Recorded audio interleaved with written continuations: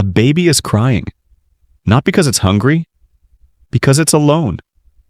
Somewhere deep inside an ancient forest, the only people who knew how to care for this child are gone.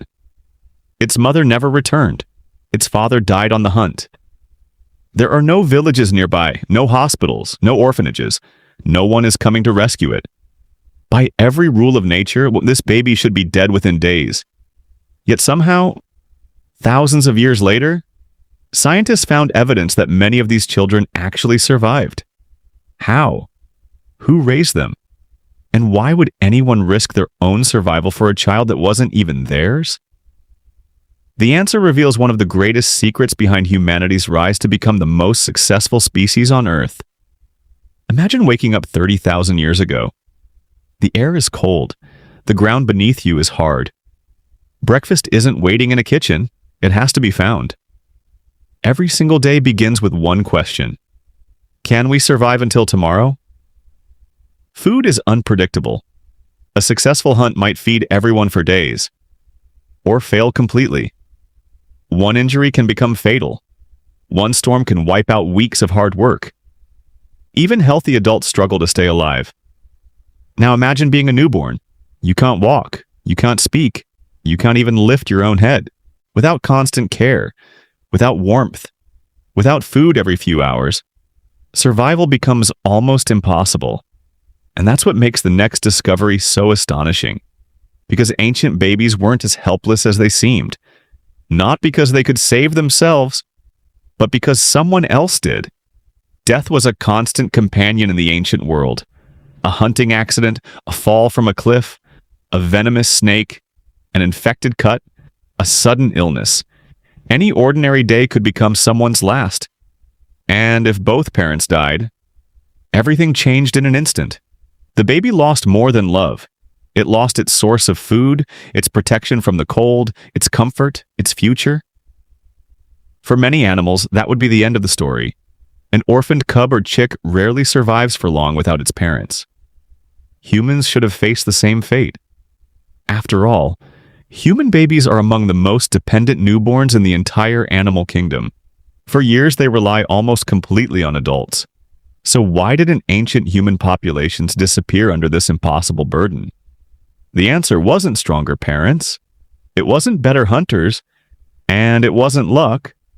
It was something so powerful that it helped humans spread across deserts, forests, frozen tundras, and nearly every corner of the planet.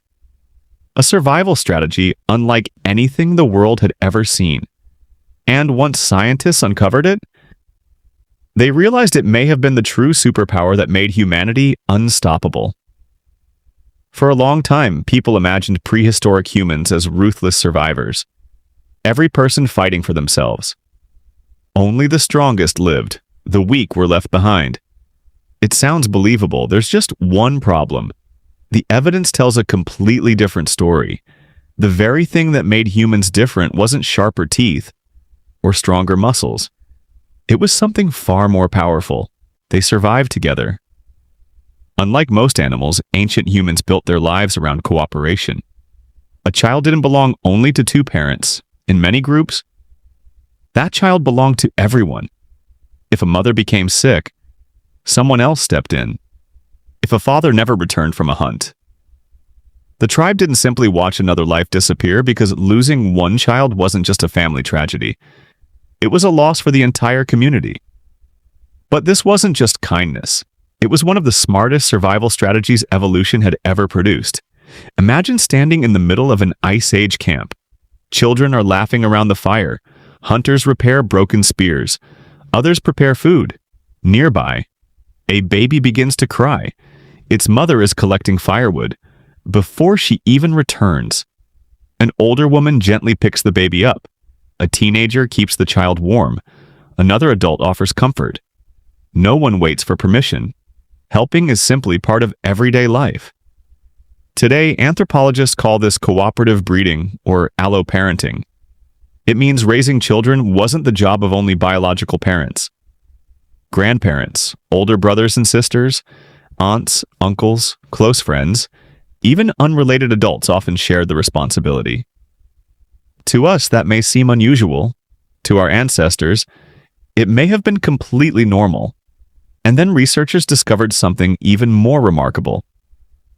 Bones don't speak, but sometimes they tell extraordinary stories. Archaeologists have uncovered prehistoric skeletons belonging to children who lived with severe illnesses or disabilities. Some had conditions that would have made walking difficult. Others survived serious injuries that should have been fatal without long-term care. Yet these children didn't die immediately. Some lived for years. Think about what that means. Someone had to feed them, carry them, protect them from predators, keep them warm during freezing nights, day after day, month after month, year after year. Those bones preserve something no written record ever could. Proof that compassion existed long before civilization, long before kingdoms, long before history books. But the biggest surprise wasn't that humans cared for one another. It was why that compassion helped humans conquer the world. And that's where the story becomes even more incredible. At first glance, caring for an orphan seems like a terrible survival strategy. Imagine a tribe already struggling to find enough food. Every hunt is dangerous. Every winter is brutal. Every extra mouth means fewer resources for everyone else. So why would anyone take that risk? Because our ancestors understood something that nature had been teaching for millions of years. A baby wasn't just another mouth to feed. It was the tribe's future. That tiny child might one day become the hunter who brings back food during a famine, the healer who knows which plants can save a life, the tool maker who invents a better spear, or the parent who raises the next generation. Losing one baby didn't just affect one family. It weakened the entire group. But saving that child made everyone stronger. Over thousands of generations, tribes that worked together consistently outlasted tribes that didn't. It wasn't simply strength that won, it was cooperation. And slowly that cooperation became one of humanity's greatest evolutionary advantages. But there was one more clue that revealed just how deeply this instinct was rooted. Archaeologists have uncovered ancient graves unlike anything you'd expect from people simply trying to survive. Some children weren't buried carelessly. They were laid to rest with astonishing tenderness. Tiny bodies were carefully positioned, covered with red ochre, surrounded by shells, beads, carved objects, or other meaningful items. These weren't random burials, they were acts of love, even in lives filled with hunger, danger, and uncertainty. People still pause to mourn, to remember, to honor a child who would never grow up.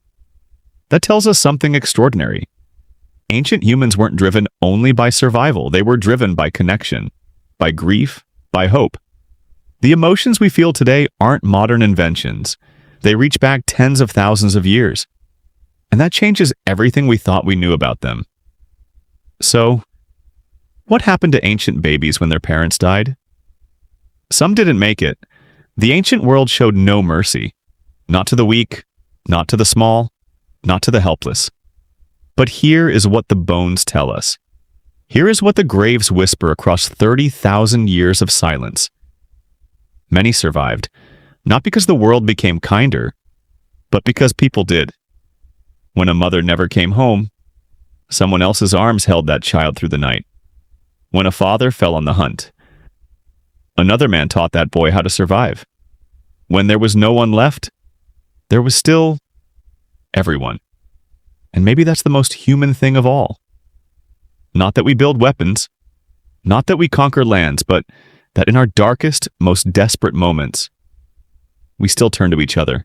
Tens of thousands of years before hospitals, before governments, before any system designed to protect the vulnerable, ordinary people chose to care, not because a law told them to, not because they had enough to spare, but because somewhere deep inside, they understood. We only survived this together. That instinct didn't just save one baby. It saved all of us.